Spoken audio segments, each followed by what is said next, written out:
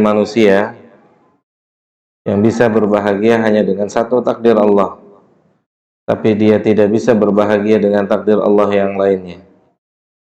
Ini takdir yang dirasakan tidak menguntungkan.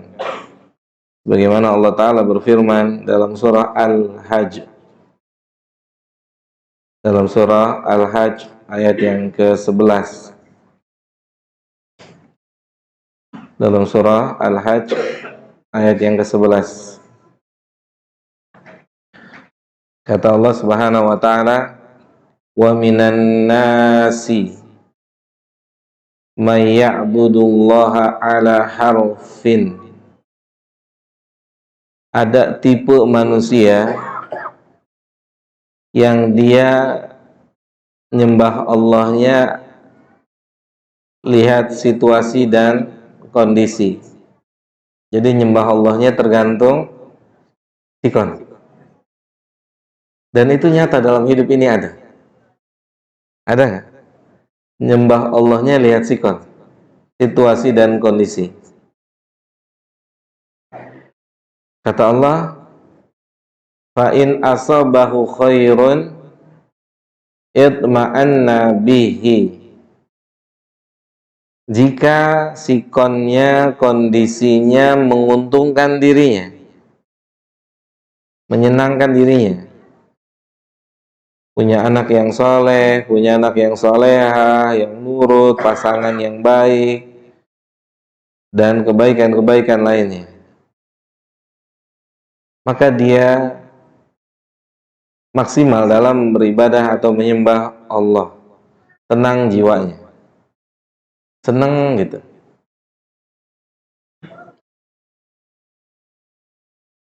Maka kata Allah Subhanahu wa Ta'ala di kelanjutan ayatnya, wa in asabathu fitnatun. Kata Allah, dan tipe orang ini jika situasi dan kondisinya tidak menguntungkan dirinya, tidak menyenangkan dirinya, menyempitkan dadanya.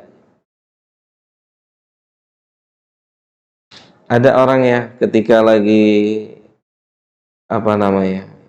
sedang kondisi yang tidak baik, pelariannya ke narkoba, kemudian mabuk-mabukan dan seterusnya. Kata Allah, ketika dia mendapatkan satu takdir ini, in qalaba ala wajhihi, maka dia itu berbalik, enggak deketin Allah, justru dia menjauh dari Allah. Maka ini kita khawatirkan, harus kita khawatirkan. Kita nggak boleh senang sama Allah saat apa? Hanya saat Allah berikan yang enak-enak buat kita, kita senang gitu, puas gitu kan. Nggak boleh tuh, nanti giliran Allah ngasih sesuatu yang membuat sempit dada kita, oh kita marah nih kita sama Allah, nggak setuju nih sama keputusannya Allah, sempit hati kita, ya kurang lebih seperti itu. Efeknya apa kata Allah? Khasirat dunia wal akhirah. Maka kalau ada tipe manusia seperti ini, maka dialah orang yang rugi di dunia dan rugi di akhirat. Maksudnya, misalnya dia diberikan penyakit yang seharusnya penyakit itu menjadi wasilah dihapuskan dosa, kemudian bisa menjadi sebab masuk surga. Harusnya idealnya dimanfaatkan oleh orang seperti itu. Cuma karena dia kurang iman, kurang ilmu, sehingga dia nggak setuju dengan sakit. Dia ngegerutu di lisannya, di hatinya ngegerutu, nggak terima.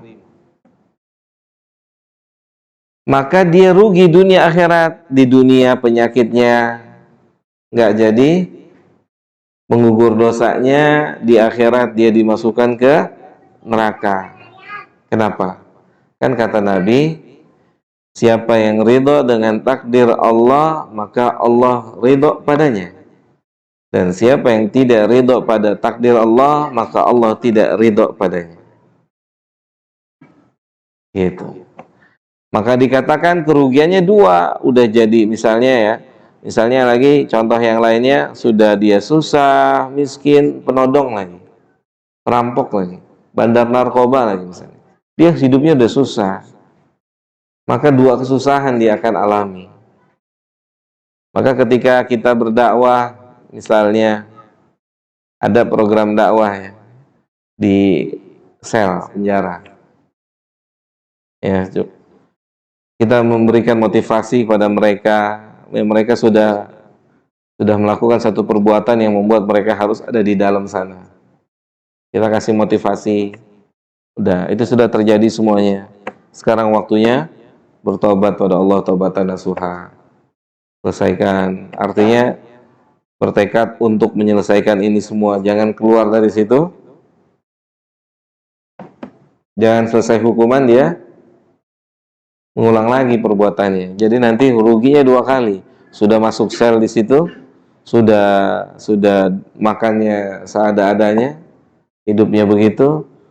Nanti besok pulang ke negeri akhirat juga tidak menyenangkan, kan, jadi ruginya dua kali gitu. Sama seperti misalnya, ya banyak lah ya, contohnya sangat banyak sekali.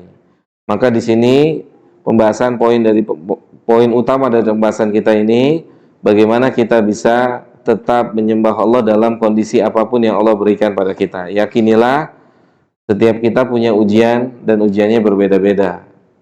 Ya, ujiannya berbeda-beda. Ternyata ujian itu bukan hanya sebatas yang tidak menyenangkan. Yang menyenangkan pun ujian. Ujian bukan? Yang menyenangkan ujian ya? Nih ya. Nih, lihat. Antum punya anak hafal Quran 30 juz. Langsung ambil handphone. Alhamdulillah anak saya telah selesai 30 juz. 100 tuh.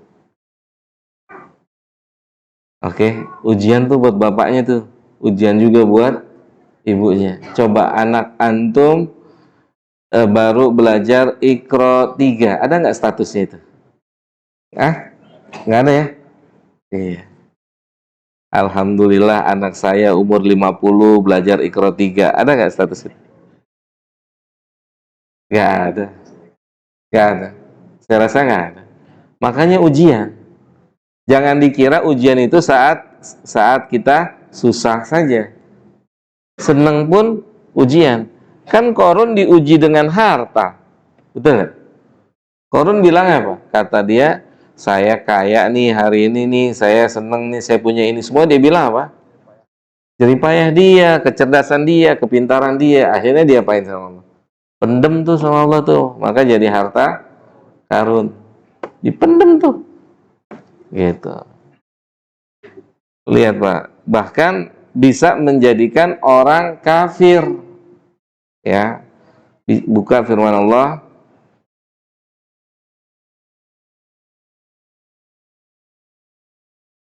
Dalam surat An-Nahl ayat 83.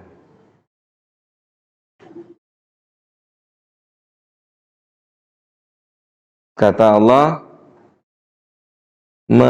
menceritakan tentang sebagian manusia yang memperoleh kenikmatan. Kata Allah, ya'rifuna ni'matallah.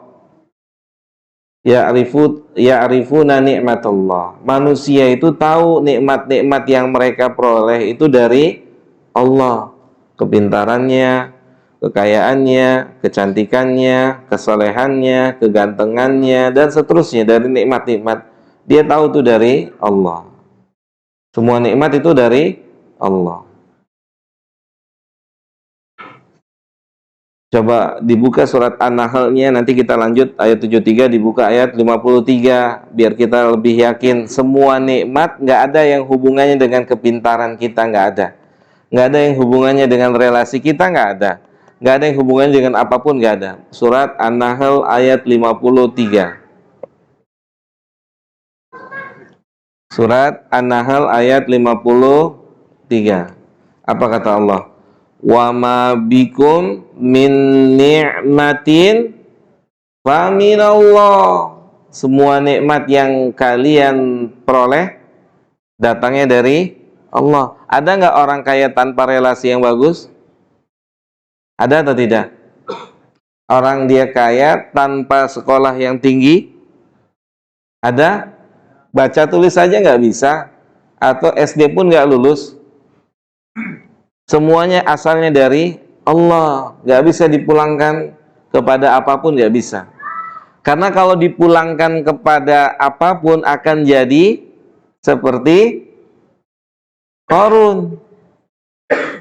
Qarun itu mengatakan innama utitu ala ilmin indi, saya punya ini semua karena apa? Jeripayah dia, kepintaran dia, kerajinan dia dan semisalnya dan semisalnya. Itu kan perantara semua. Perantara. Penyebab pelaku utamanya siapa? Allah. Pelaku utamanya Allah. Bukan artinya kita tidak usaha, kita tidak cari relasi. Memang berat, Pak. Memang berat bersyukur itu. Ketika sudah berhasil, kebiasaan kita itu lupa sama Allah. Yang diingat perantaranya. Benar nggak? Ketika sudah berhasil, itu lupa sama Allah. Yang diingat perantaranya. Wah, ini belajar tauhid nih, Pak. Belajar tauhid. Dan ini diberesin sama Nabi. Sahabat tuh pernah ngomong sama Nabi, kalau bukan karena engkau, sahabat ngomong gitu sama Nabi. Nabi bilang apa? Engkau menjadikan saya tandingan Allah. Gitu. Maka Nabi ajarkan, kalau bukan karena Allah, kemudian perantaranya. Kita biasa tuh bicara ngomong seperti itu. Padahal itu mengandung kata-kata yang mengandung adanya kesyirikan di situ, penyamaan antara Allah dengan makhluk. Ya, sama. Kalau bukan karena dokter, kalau bukan karena obat A, kalau bukan karena obat C. Kita sudah terbiasa berbicara seperti itu. Pak, kalau dibilang, kok lebay banget? Enggak lebay kok. Nabi yang ngasih tahu sahabat, jangan gitu ngomongnya, caranya tetap Allah dilibatkan. Kalau bukan karena Allah, kemudian dokter ini, kemudian bapak ini, kemudian ibu itu. Sehingga orang yang jadi perantaranya juga nggak besar pala. Ya, semua kan karena Allah Subhanahu wa ta'ala. Tuh, Allah bilang, "Wa ma bikum min ni'matin faminallah." Ya, semuanya tuh nggak boleh dipulangkan kepada siapa? Kepada selain Allah. Semuanya harus pulangin pada Allah. Allah yang kasih. Allah yang kasih. Perantara tetaplah sebagai perantara.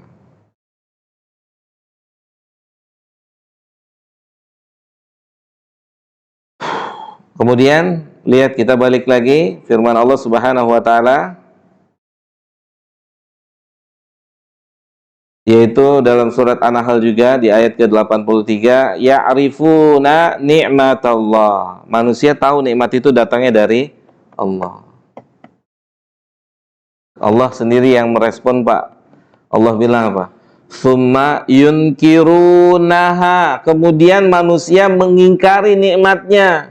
Nikmat itu dia sebut karena dokter A, dia sebut karena si B, karena si C, karena si D, karena si F, karena pintar, karena ini, karena itu. Padahal datangnya dari Allah. Allah yang bilang, "Tsumma yunkirunaha." Kemudian manusia yang dapat nikmat itu mengingkari pemberi nikmatnya. Siapa? Allah. Gitu. Kemudian kata Allah, wa aktsaruhumul kafirun, dihukumi kafir.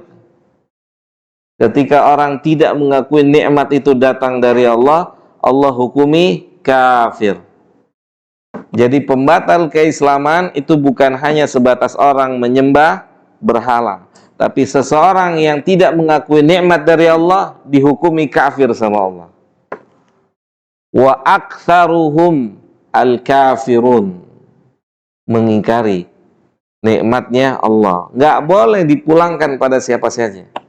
Dipulangkan kepada Allah. Makanya kan pernah dengar ya disebut dengan kufur nikmat. Artinya apa? Memulangkan nikmat itu kepada makhluk atau selain Allah Jalla dzikruhu. Jadi ternyata ujian dapat nikmat juga susah. Betul nggak?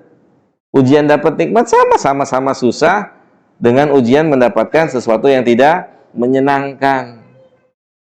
Oke, Taib. Mungkin lisan kita nggak ngomong, tapi hati nih ketika ngelihat kita merasa di atas nih Pak ya.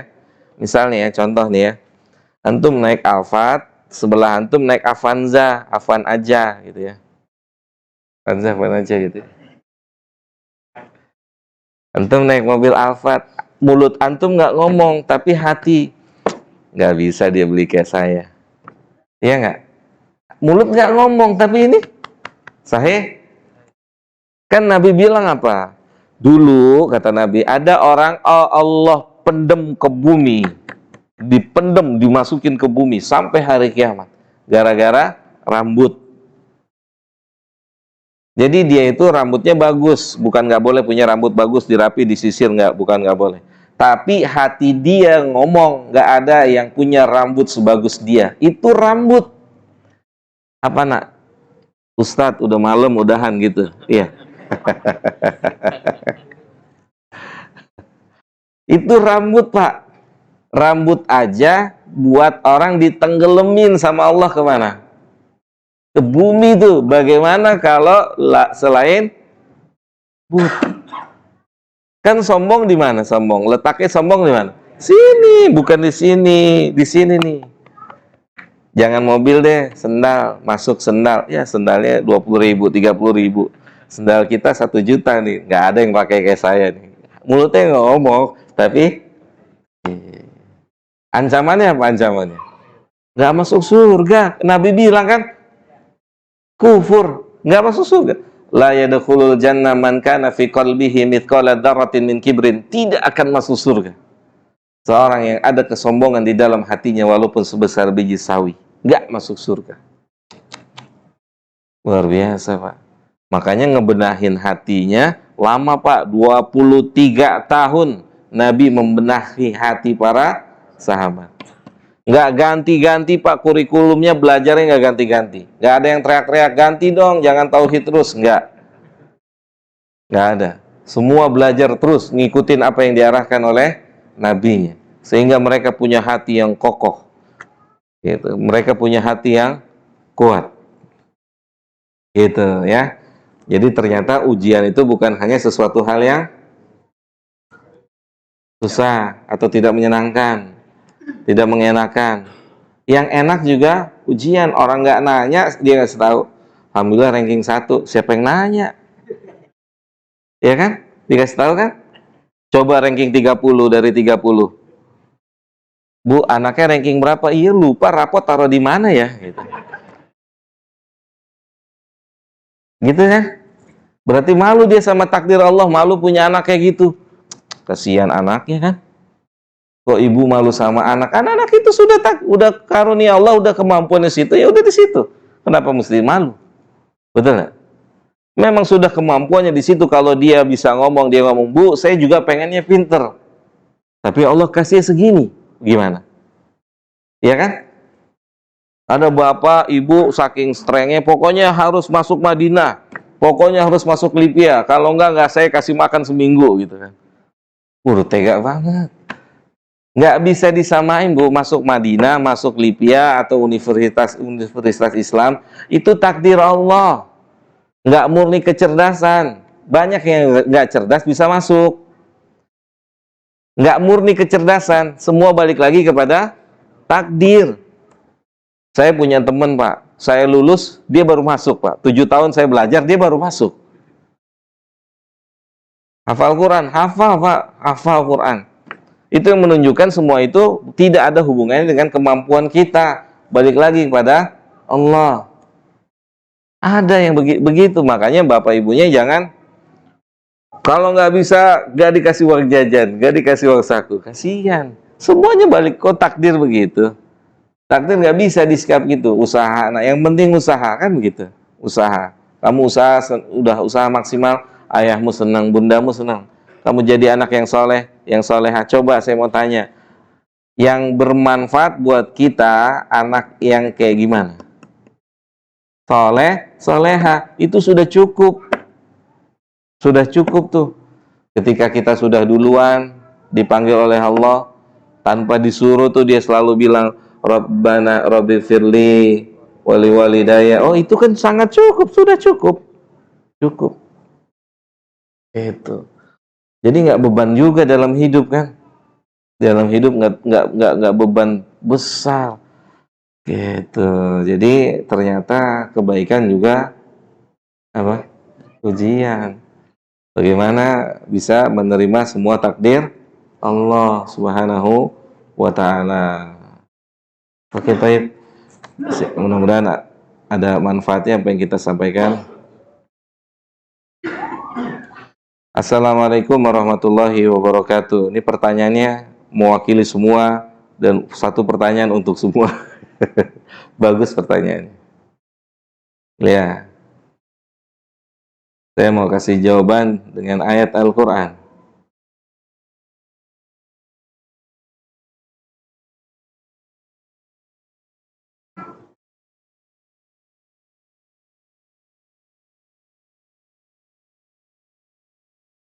Pertanyaannya gini. Assalamualaikum warahmatullahi wabarakatuh. Waalaikumsalam warahmatullahi wabarakatuh. Afwan Ustadz, ana izin bertanya, apa kiat-kiat agar kita ikhlas menerima takdir Allah? Ya, pertanyaannya mewakili semua nih, kiatnya gimana? Kiatnya satu aja Pak, satu.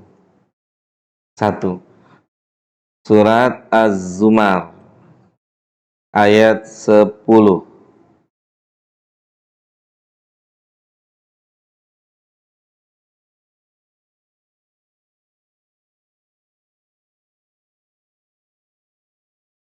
Surat Az-Zumar ayat 10 di penghujung ayat. Allah bilang apa? Innama yuwaffas sabiruna ajrahum bighairi hisabin. Kata Allah, sesungguhnya balasan untuk orang-orang yang sabar atas apa yang Allah tetapkan. Oh, kita harus sabar, seperti Bapak Ibu nih harus sabar, ngaji sampai malam-malam gini. Iya. Kalau nggak sabar kan pulang, Pak. Benar nggak? Kita harus sabar. Untuk sebuah pahala harus sabar. Kita harus sabar, Pak, untuk dapat dunia dan seisinya, bangunnya lebih pagi sebelum subuh kan? Benar nggak? 2 rakaat subuh lebih baik daripada 2 rakaat qobliyah, lebih baik daripada dunia dan seisinya. Kita harus sabar duluan bangunnya dibanding orang Islam yang lainnya, bangunnya siang-siang, bareng sholat duha baru bangun gitu kan. Kita harus sabar untuk bangun malam, sekarang belum pulang, ntar pulang lagi, bangun malam jam 3 bangun lagi, berdoa sama Allah. Kan butuh kesabaran. Semua ibadah, semua takdir Allah diterimanya harus dengan sabar. Gitu. Semuanya sabar, takdir yang baik. Jadi orang kaya sabar gimana? Sabar supaya hatinya nggak ngomong nggak ada yang lebih kaya dari saya. Tuh harus sabar tuh untuk bertahan tidak mengucapkan itu. Orang miskin juga harus sabar. Kayaknya saya susah amat, Allah salah kali ya takdirnya. Tuh orang miskin juga harus begitu. Harus sabar agar tidak terucap. Untuk apa? Untuk sempurna pahala kita besok saat ketemu Allah. Lihat nih kata Allah balasannya apa? Tanpa batas, Pak. Unlimited tuh, balasannya nggak ada batasannya. Itu sabar aja udah. Sabar. Memang berat karena balasannya tanpa batas. Berat dan sangat berat. Coba nih ya, habis pengajian ngantuknya hilang nggak? Hilang. Lagi ngaji ngantuknya kenceng. Sahih nggak? Ya kan? Coba lagi sholat Jumat tuh, khotib ngomong, mulai Kayak orang di Nina boboin kan. Mulai khusyuk ya. Kalau dulu para sahabat keluar airnya dari air mata. Kalau kita keluar dari sini. Hah? Subhanallah. Harus sabar. Semuanya harus sabar. Ya. Ini dia pertanyaan ini, jawabannya itu sabar. Nggak ada batasnya nggak? Batasnya sampai kita ketemu Allah. Berarti nggak ada batasnya. Batasnya sampai nyawa kita dicabut, selesai di sini, baru selesai. Baru selesai, itu sabarnya. Ingat, ganjarannya tanpa batas. Nggak ada batasannya. Apa aja dikasih sama Allah. Udah sabar deh, sabar. Dan itu sudah dipraktekkan langsung oleh siapa? Nabi yang pertama. Sallallahu alaihi wasallam yang mempraktekkan ayat ini yang pertama siapa? Nabi. Nabi punya apa meninggal? Punya apa? Nggak ada apa-apanya. Nggak dirham, nggak dinar, kan begitu? Menurut lahiriah kacamata kita nggak punya apa-apa. Tapi kalau lihat pakai iman, orang paling kaya semuanya dikirim ke sono. Betul nggak? Paham nggak? Kalau pakai kacamata kita, kismin Nabi, nggak punya apa-apa, miskin. Dia nggak tinggalin dirham, dia nggak tinggalin dinar, menurut kacamata pengetahuan kita lahiriah. Tapi kalau lihatnya dari kacamata iman, paling kaya, betul nggak? Orang punya emas yang belum dia bagi, itu sholatnya terganggu tuh Nabi tuh. Assalamualaikum warahmatullah. Assalamualaikum warahmatullah. Bangun berdiri, Nabi langsung berdiri. Sahabat bingung, kok berdiri, padahal dia ngajarin habis sholat harusnya zikir. Ini bangun Nabi. Ternyata ada emas yang belum dia bagiin. Panggil Aisyah, bagiin. Balik lagi Nabi ke masjid. Sahabat tanya dong, melongo ngeliatin. Dijelasin sama Nabi, kenapa saya berdiri? Karena ada emas di kepala saya yang belum saya bagikan. Kalau kita, karena ada emas yang sudah keluar ya. Subhanallah. Itu Nabi kita. Itu Nabi kita. Memang kelihatannya secara ilmu mata kita miskin. Tapi pakai iman paling kaya. Semuanya dikirim ke sana. Betul? Semuanya ditransfer ke sana. Terus. Maka sangat wajar sahabat terdekat dengan beliau bisa ngikutinnya. Siapa? Abu Bakar. Semuanya. Apa yang antum tinggalin di rumah? Allah dan Rasulnya. Coba antum praktekin itu. Istri antum minta cerai langsung. Ya kan? Kenapa? Karena imannya kan belum seimannya istrinya Abu Bakar. Iman kita juga masih jauh. Betul nggak? Makanya Islam membolehkan atau membatasi 1/3 sudah maksimal. Saat Sa'ad bin Abi Waqqas sakit keras, dia kaya raya, anak cuma 1, perempuan. Nabi datang nih ngejenguk, ya Rasul, saya mau kasih harta saya semuanya. Kata Nabi, nggak boleh. Kata Sa'ad, setengahnya, nggak boleh. Sepertiga udah banyak, udah 1/3 aja. Kalau mau diwasiatkan 1/3, sisanya buat anak antum. Nah, maksimal 1/3. Tapi kalau lebih dari 1/3 boleh atau tidak? Boleh, asal imannya kayak Abu Bakar. Nggak minta cerai istrinya. Besok makan pakai apa gitu. Akhirnya stres, gue nyesel. Abu Bakar enggak. Abu Bakar keluarin gitu. Semuanya. Cuman kan siapa yang bisa keiman kayak gitu? Lihat aja kotak amal isinya 2.000.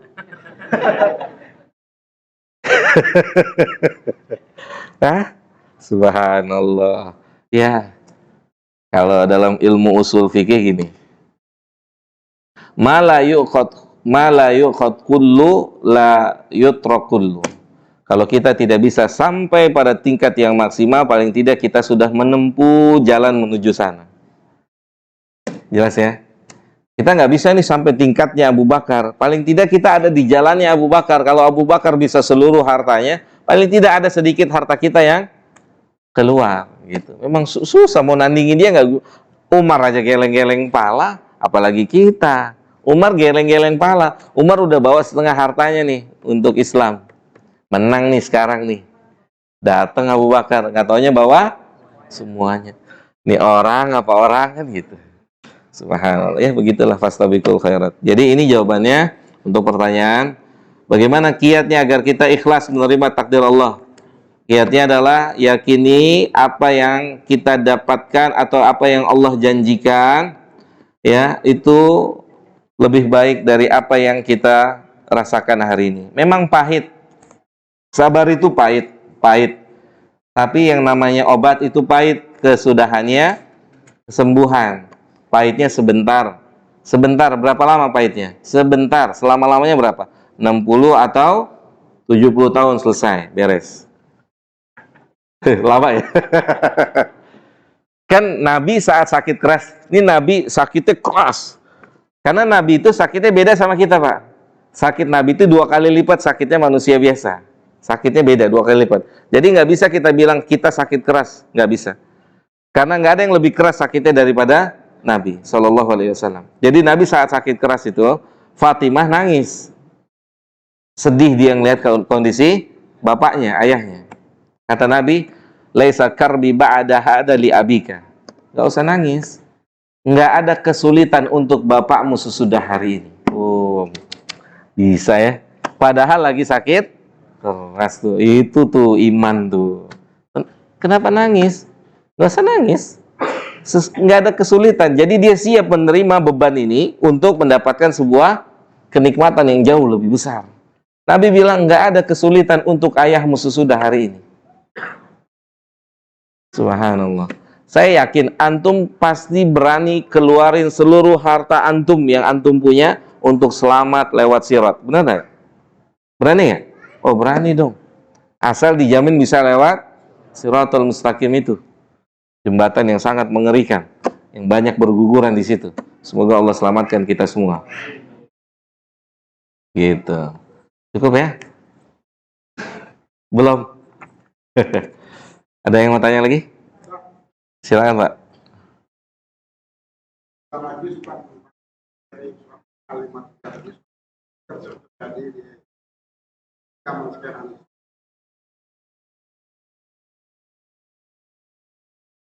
Baik, Bapak.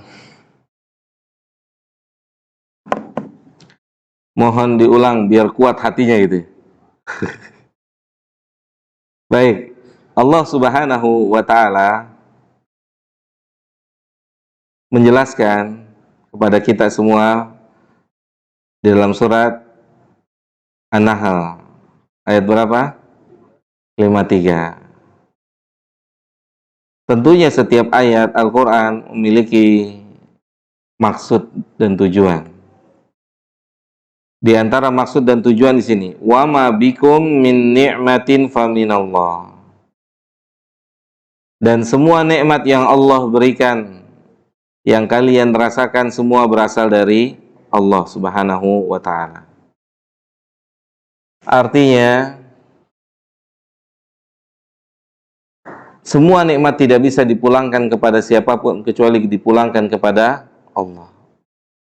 Kekurangan kita saat kita memperoleh nikmat, di antaranya yang kita ingat adalah perantara pemberi nikmat.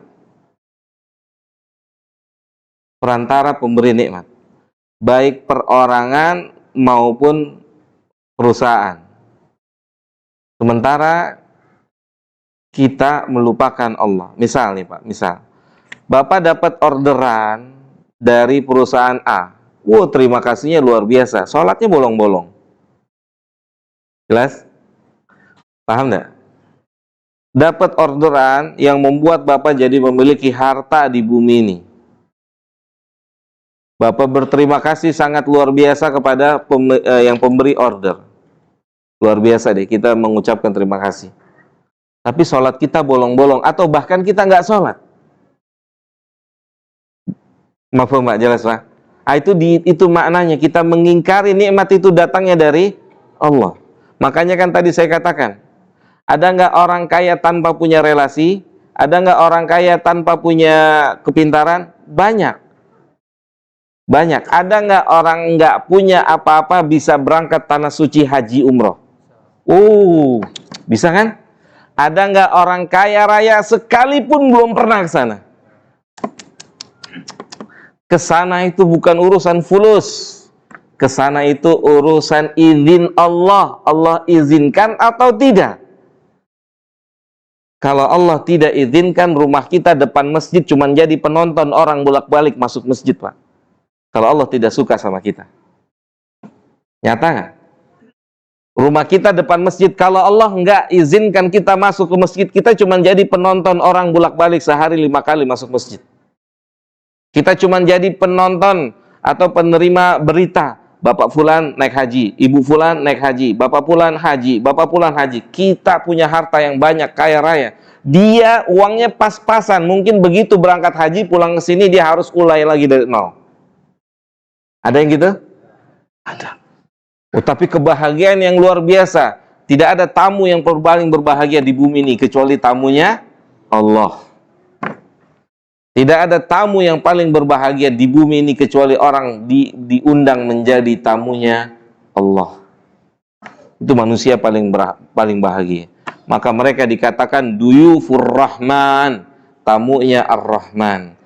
Dan saya yakin, seyakin-yakinnya 99% orang datang sana pasti mengeluarkan air matanya. Sahih? Tidak mungkin tidak. Dia melihat Ka'bah yang selama ini menjadi pusat ibadahnya dari kejauhan, dia nggak lihat.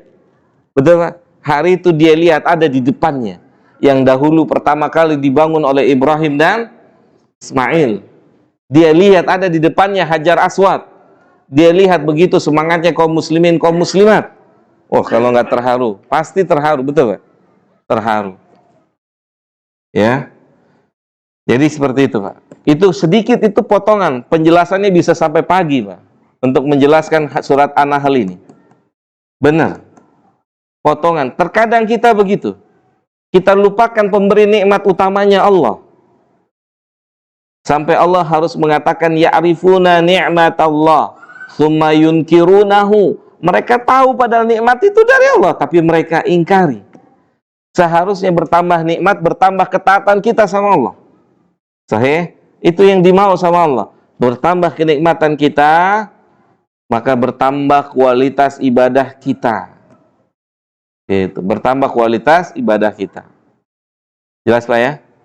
Mudah-mudahan Allah kokohkan hati kita semua sama.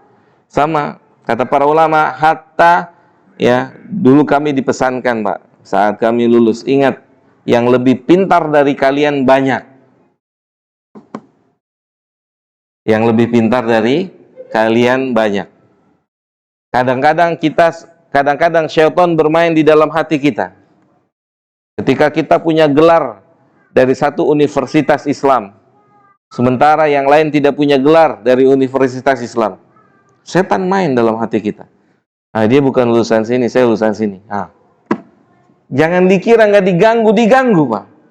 Diganggu hati kita sama syaitan. Saya selesai hafalannya, dia enggak selesai. Diganggu sama syaitan. Syaitan enggak akan berhenti gangguin kita, kecuali nyawa kita sudah hilang dari tubuh kita. Selesai ganggu. Kan dia bersumpah untuk ganggu kita sampai kita mati. Sampai kita sakaratul maut saja, itu diganggu sama syaitan. Diganggu. Makanya orang yang lagi naza, lagi dalam kondisi itu harus ditemenin. Kemudian ditalkin, la ilaha illallah. Kemudian kalau dia sudah mengucapkan la ilaha illallah, udah diem, suasananya harus hening. Jangan sampai dia dengar suara yang lain, kemudian dia ucapkan suara itu. Paham nggak? Kalau si yang lagi sakit keras sudah mengucapkan la ilaha illallah, cukup. Jangan ditalkin lagi, sudah cukup. Dia sudah mengucapkan kalimat itu. Kita semua sabar nungguin. Apakah selesai usianya atau dia sehat. Kalau usianya selesai, berarti dia telah menutup usianya dengan la ilaha illallah. Itu cukup, sekali cukup. Talqin la ilaha illallah. Kalau dia bisa ngikutin, cukup. Maka kita yang keluarganya tenang di situ. Bergantian-gantian nungguin. Misalnya bapak menjadi saksi, orang tuanya sudah mengucapkan, sekarang udah giliran adiknya gantian, bilang, bapak sudah ngucapin, gak usah diganggu, diem. Karena dia sudah mengucapkan kalimat terakhir itu. Kalaupun 3 jam, 4 jam kemudian meninggalnya, itu tetap kalimat terakhir yang keluar dari mulutnya. Jelas? Itu yang dijelaskan oleh Syekh Muhammad Shalih Al-Utsaimin rahimahullahu ta'ala. Jelas Pak ya? Semoga bermanfaat. Kelengkapannya bisa sampai pagi nih. Bisa sampai pagi. Ya. Ternyata yang dapat ujian itu bukan cuman orang yang susah. Yang senang pun diuji sama Allah. Siapa dulu? Saya tuh. Ya enggak? Ujian enggak tuh? Siapa dulu supirnya? Ya. Mulutnya nggak ngomong, tapi ini istighfar deh langsung buru-buru sebelum dipendem seperti si Qarun tuh. Saya rasa cukup sampai di sini. Mudah-mudahan ada manfaatnya buat saya dan buat kita semua. Kurang lebihnya mohon maaf. Wassallallahu ala nabiyina Muhammadin wa ala alihi wa sahbihi ajmain. Subhanakallahumma bihamdika asyhadu an la ilaha illa anta astaghfiruka wa atubu ilaika. Assalamualaikum warahmatullahi wabarakatuh.